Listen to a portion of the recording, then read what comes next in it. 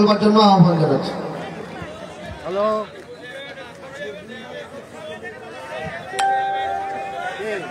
সাথী সভাপতি মঞ্চে উপস্থিত আছেন আমাদের সবার মা অমলা মণ্ডল।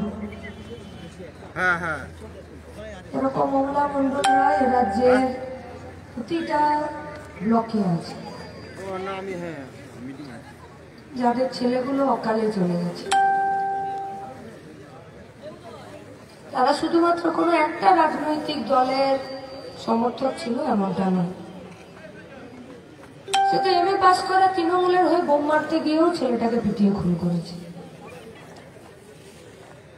সে তো বিজেপির হয়ে, আগে তৃণমূল ছিল তারপরে বিজেপি হয়ে পঞ্চায়েতের ভোট লুট করতে গেছিল। তাকেও প্রথমে মানুষ ধরেছিল, তারপরে পুলিশ ধরেছিল, তাকে খুঁজে পাওয়া যাচ্ছে না। পশ্চিম মেদিনীপুরের আমাদের কমরেডরা পদযাত্রায় হাঁটছে, পিছনে দাঁড়িয়ে আছে, যেখানে আপনারা বসে আছেন ঠিক তার পিছনে। সেখানেও এরকম অমলা মণ্ডলের ছেলে আছে। এই গোটা রাজ্যে একটা ছেলে, যে ছেলেটা ভালো করে লেখাপড়া করেছিল, সবেতে ভালো নাম্বার পেয়েছিল, ছোট থেকে মা বাপ আশায় বুক বেঁধেছিল, যে চাষির ঘরের ছেলে, ছেলে তো পড়াশোনায় ভালো রেজাল্ট করছে। স্কুলের দিদিমণি মাস্টাররা ডেকে ডেকে বলছে, ছেলেটার পড়া বন্ধ করো না, কিন্তু তুমি দেখো, তুমি চাষি, তোমার ছেলে কিন্তু একদিন মাথা তুলে দাঁড়াবে। খুব কষ্ট হয়েছে, ঘরে জল পড়েছে, দুবেলা ভালো করে খেতে পারেনি, কিন্তু ছেলেটাকে পড়িয়েছে। কেন? কারণ তার গায়ে যখন পড়া শেষ হয়েছে তখন একটু শহরের দিকে গেছে, শহরে যখন পড়া শেষ হয়েছে তখন কলকাতার দিকে গেছে। কিন্তু সব মাস্টার দিদিমণিরা বলেছে, তোমার ছেলে কিন্তু ভালো, ওর পড়াশোনাটা বন্ধ করো না। ছেলে যখন পড়াশোনা করে চাকরি করার বয়সে এলো, তখন পশ্চিমবঙ্গের তৃণমূল কংগ্রেসের সরকার পরীক্ষা দিচ্ছে, পরীক্ষা দেওয়ার ডেট পড়ছে না, ফর্ম ফিল আপ করে যাচ্ছে, একবারও পরীক্ষা হচ্ছে না। বারবার ফর্ম ফিল আপ করে ফর্মের টাকা সরকার পকেটে ভরছে, কিন্তু চাকরির পরীক্ষা হচ্ছে না। পরীক্ষা হলো তো রেজাল্ট বেরোলো না, কোন রকমের রেজাল্ट बेरोलो तो जो लोग पास किए थे उन लोगों का नौकरी नहीं हुआ। আর যারা পিছনে স্কুলের একদম বিল্ডিং এর বাইরে মাস্টারের ক্লাস বাঙ্ক করে বিড়ি খেত, সেই ছেলেগুলো চাকরি হয়ে গেল। ওদেরকে গিয়ে জিজ্ঞেস করলো, তোরা কি করে চাকরি পেলি, এত ভালো পড়াশোনায় কি করে হলি? বললো, বাপের কিডনি বিক্রি করে তৃণমূল নেতার পকেটে পয়সা বুঝে দিয়েছি, চাকরি হয়ে গেছে। মা বাপ খুব বুক বেঁধেছিল আশায়, বাড়ি ঘর দোর জমি মায়ের গয়না যেটুকু ছিল বন্ধক দিয়ে টাকা নিয়ে এসে তৃণমূলের নেতাকে টাকাও দিয়েছিল এবং নিজের সব অরিজিনাল সার্টিফিকেট গুলোও দিয়েছিল, যে পড়াশোনা করে তো চাকরি হলো না, অন্তত পক্ষে টাকা দিয়ে যাতে চাকরিটা হয়। টাকা দিয়েও চাকরি হলো না। পশ্চিম মেদিনীপুরেও অমলা মণ্ডল আছে, আজও বুক চাপড়ে কাঁদছে, ছেলেটা সুইসাইড করে নিয়েছে। গোটা রাজ্যে অমলা মণ্ডলরা ঘুরে বেড়াচ্ছে, একদিকে খুন করেছে, একদিকে সুইসাইড করতে বাধ্য করেছে।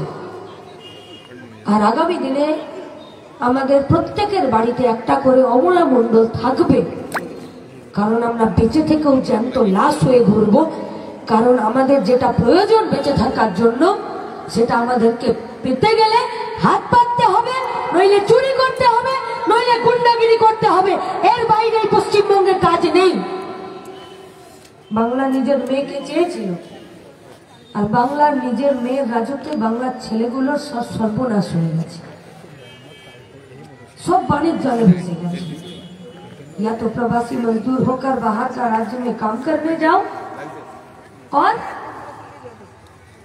अगर अपने गांव में, अपनी बस्ती में, अपनी पाड़ा में, अपने शहर में रहोगे, তাহলে হয় গুন্ডাগিরি করো, নইলে মদের বোতল ধরো, নইলে ভোট লুট করো, নইলে কয়লা বালি মাটি মেয়ে বাচ্চা পাচার করে বেড়াও। এইটা হচ্ছে পশ্চিমবঙ্গের কাজ। নেই শান্তি গোটা পশ্চিমবঙ্গে। ছোট ছোট কলকারখানা বন্ধ হয়ে গেছে, গোটা রাজ্যের তাঁত শিল্প থেকে শুরু করে পাথর ভাঙার মেশিন সব বন্ধ হয়ে গেছে, সব বন্ধ। ক্ষুদ্র কুটির শিল্প বলে কিছু নেই। এ রাজ্যের সরকার বিরাট বগল বাজিয়ে বুক চাপড়াচ্ছে, বলছে ঘরে ঘরে বোমা পিস্তলের আমি কুটির শিল্প করে দিয়েছি, এই করে খেয়ে বেড়াও। এটা হবে পশ্চিমবঙ্গের ভবিষ্যৎ? এইটা? তাই আমরা বেরিয়েছি ইনসাফ যাত্রা। একা বিদ্যুতের মা অমলা মণ্ডলের জন্য নয়, গোটা রাজ্যের অমলা মণ্ডল এবং আগামী দিনের আমাদের প্রত্যেকটা ঘরে যে অমলা মণ্ডল তৈরি হতে চলেছে তাদের ইনসাফের দাবিতে, আমি আমার বাড়ির ইনসাফের দাবিতে আমি ইনসাফ যাত্রায় পা হাঁটছি। প্রয়োজন আছে দেশটাকে বাঁচানোর, রাজ্যটাকে বাঁচানোর। তৃণমূল থেকে বিজেপি, বিজেপি থেকে তৃণমূল, হ্যাঁ এদের রাজনৈতিক আদর্শের সাথে আমাদের বিরাট লড়াই। হ্যাঁ এদের নীতি, এদের পন্থা, এদের কাজ করার স্টাইল, এদের সাথে আমাদের বিরাট বিরোধ। এরকম একটা রাজনৈতিক দল হয় কি করে? কে শুধুমাত্র অন্য রাজনৈতিক দল করার জন্য পিটিয়ে মেরে ফেলবে? কি শেখাচ্ছে? কাকে শেখাচ্ছে? হেলা এই পার্টি থেকে ও পার্টি চলে যাওয়া যায়। হাটে এত সহজে গরু ছাগলও বিক্রি হয় না, লেজ তুলে, পা তুলে, কান তুলেও মানুষ 5 বার টিপে টাপে রাখে।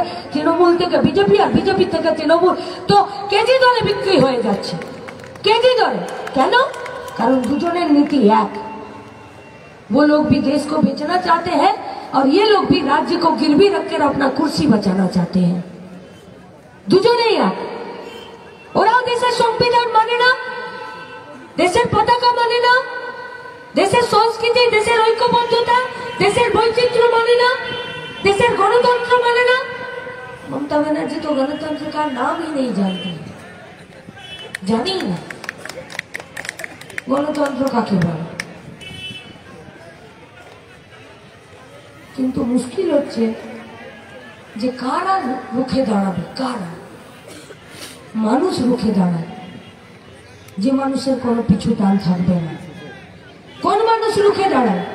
যে মানুষ খেটে খায়। কোন মানুষ রুখে দাঁড়ায়? যে মানুষ মাথা উঁচু করে বাঁচতে চায়।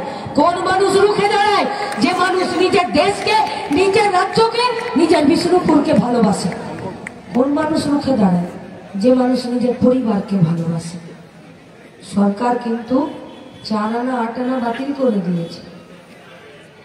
সে তো চলে গেছে ইদির বাড়ি, গন্ধউড়ি দিয়েছে, নিয়ে চলে গেছে নিজের দাদার কাছে, যাকে মালপোয়া খাইয়েছে, কুর্তা দিয়েছে আর গোলাপ ফুল পাঠিয়েছিল। রাজ্যের মুখ্যমন্ত্রী মোদির সাথে ঘরের দরজা বন্ধ করে এখন সবাই মিলে বলছে নাকি ভাবনাকে মামার পা ভালো করে ধরতে দেয়নি, মানে অভিষেককে বাঁচানোর সার্টিফিকেট এখনো আদায় হয়নি। ও তো যাবে। আর সরকার যে 4 আনা 8 আনা গুলোকে বাতিল করে দিয়েছে, সেই 4 আনা 8 আনা গুলো যেগুলো এই এলাকাগুলোতে ছুটে বেড়াচ্ছে, ভাবছে ওরা বাঁচিয়ে নেবে, তোমাদেরকে কেউ বাঁচাতে পারবে না। এ রাজ্যের মানুষ একদিন মাথা তুলে দাঁড়াবে আর সবার জায়গা হবে জেলের ভেতরে। কিছু সরকারি কর্মচারী আছে, কিছু পুলিশ আছে, এদের অবস্থা তো আরো খারাপ, আরো খারাপ। তোমাদের হাতে শুধু ক্যামেরানো অ্যালুমিনিয়ামের বাটি জুটবে আর বিষ্ণুপুরের মোড়ে দাঁড়িয়ে বসে থাকতে হবে, সেখানে লোকে থুতু দিয়ে যাবে, কারণ তোমরা সন্ত্রাসের পক্ষে দাঁড়িয়েছিলে, তোমরা গণতন্ত্রের পক্ষে দাঁড়াওনি। আর কিছু সিভিক জুটেছে ওদের সঙ্গে, কিছু সিভিক। এই সিভিক গুলোকেও বলছি, তোমাদের জন্য না তো অ্যালুমিনিয়ামের বাটি জুটবে, না তো ইডির তোমাদেরকে খানা তল্লাশি জুটবে। তোমাদের জন্য যদি জুটে তো সেটা হবে গাছের গোড়, আর গোড়ের সঙ্গে বেঁধে মানুষ তোমাদের হিসাব নেবে। আর যদি ভাবো যে তার আগে গাছের গুলো সব কেটে নিয়ে বিক্রি করে দেবে, তাহলে ইলেকট্রিক্যাল ল্যাম্প পোস্ট গুলো সব ফাঁকা থাকবে, কেউ ভাবতে পারবে না। সন্ত্রাস কেন করে? কারণ ওরা গণতন্ত্রকে রাখতে চায় না। গণতন্ত্রকে কেন রাখতে চায় না? কারণ ওরা চুরি করে, আর তোমরা চুরি করেছো, তাই আমার 100 দিনের কাজের টাকা 22 মাস বাকি আছে। তোমরা চুরি করেছো, তাই আমার আবাস যোজনার ঘর আমি পাইনি। তোমরা চুরি করেছো, তাই এই পশ্চিমবঙ্গে কলকারখানা বন্ধ হয়েছে। তোমরা চুরি করেছো, তাই এই পশ্চিমবঙ্গে নতুন করে কাজের জায়গা হয়নি, ছেলেপুলেরা চাকরি চাকরি পাইনি, তাই তোমাদেরকে তোমাদের হিসাব দিতে হবে। আর তার দাবিতে ইনসাফ যাত্রা চলছে। ভয় ভাঙানোর ইনসাফ যাত্রা, সাহসের ইনসাফ যাত্রা, মানুষের বুকে আগুন জ্বেলে রাখার ইনসাফ যাত্রা। যে ইনসাফ যাত্রাতে শুধুমাত্র যুবরা পথ হাঁটছে এ কথা নয়, ছাত্র, মহিলা, কৃষক, ক্ষেত মজুর, শ্রমিক, ইউসিআরসি, মাস্টারমশাই, সরকারি কর্মচারী প্রত্যেকে পা মিলিয়েছে, কারণ প্রত্যেকে আজকে ইনসাফ চাইছে। তাই ইনসাফের দাবিতে আসুন, গোটা রাজ্যকে বাঁচাতে, আমার পরিবার বাঁচাতে, আমার দেশ বাঁচাতে যে পথে একদিন সবাই মিলে হাঁটবে, যে রাস্তা একদিন গোটা সরকারকে, যারা গোটা দেশের বিরুদ্ধে, রাজ্যের বিরুদ্ধে কাজ করছে, তাদেরকে চেয়ার থেকে টেনে নামিয়ে এই রাস্তায় দাঁড় করিয়ে হিসাব বুঝে নেবার জন্য। রাস্তাই একমাত্র রাস্তা, যে রাস্তাতে আমরা সবাই মিলে ইনসাফের দাবিতে এখান থেকেই পদযাত্রা শুরু করব। আর আরো একবার আপনাদের সাথে দেখা হবে 7 জানুয়ারি ব্রিগেডের মাঠে। সেদিন এক বুক আশা নিয়ে বিষ্ণুপুরের জন্য আমরা অপেক্ষা করে থাকবো। আসুন, লড়াই হবে বড় মাঠে, দেশ বাঁচানোর, রাজ্য বাঁচানোর, পরিবার বাঁচানোর, নিজে বাঁচার। সেই বাঁচার লড়াইয়ে, জেতার লড়াইয়ে সবাইকে আসার আহ্বান জানিয়ে আমার কথা শেষ করছি। ইনকালাব জিন্দাবাদ, ডিওয়াইফাই জিন্দাবাদ।